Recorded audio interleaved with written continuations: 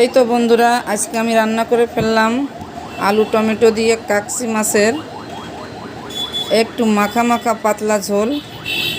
তো চলো কিভাবে রান্না করলাম দেখে আসি।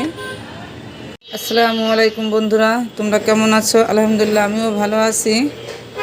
আমি আজকে চলে আসলাম নতুন আরেকটি রান্নার ভিডিও নিয়ে। এই দেখছো, কাকসি মাছ আমি আলু দিয়ে চচ্চড়ি করব। তো সাধারণ একটি রান্না, সবাই পারে। তো আমি যেভাবে রান্না করি সেটাই শেয়ার করার চেষ্টা করব।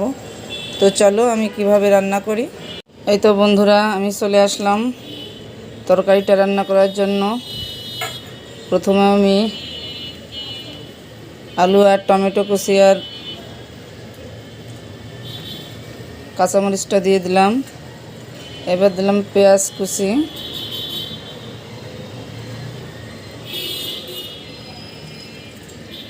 জিরা গুঁড়া,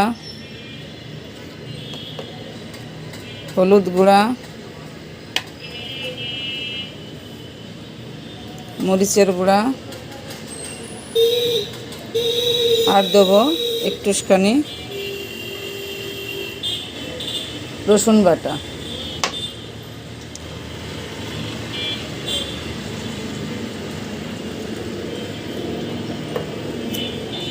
এবার আমি এগুলা সুন্দর করে মাখবো।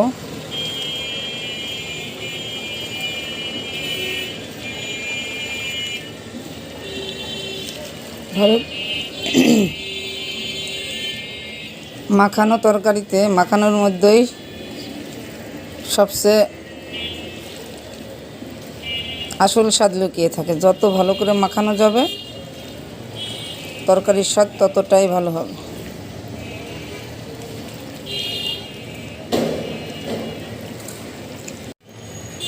এখন আমি মাছগুলো দিয়ে দিলাম।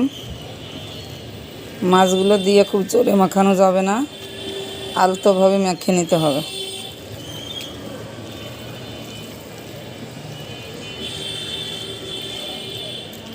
এই দেখুন, মাছ আর আলু মিশে গেছে।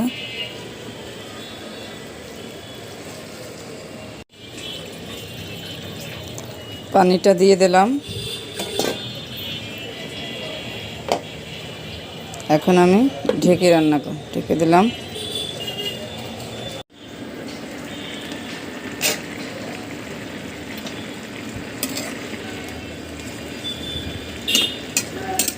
তরকারিটা উতলাই গিয়েছে। এখন আমি ঢাকনাটা খুলে আলতোভাবে একটু নেড়ে ছেড়ে দেব।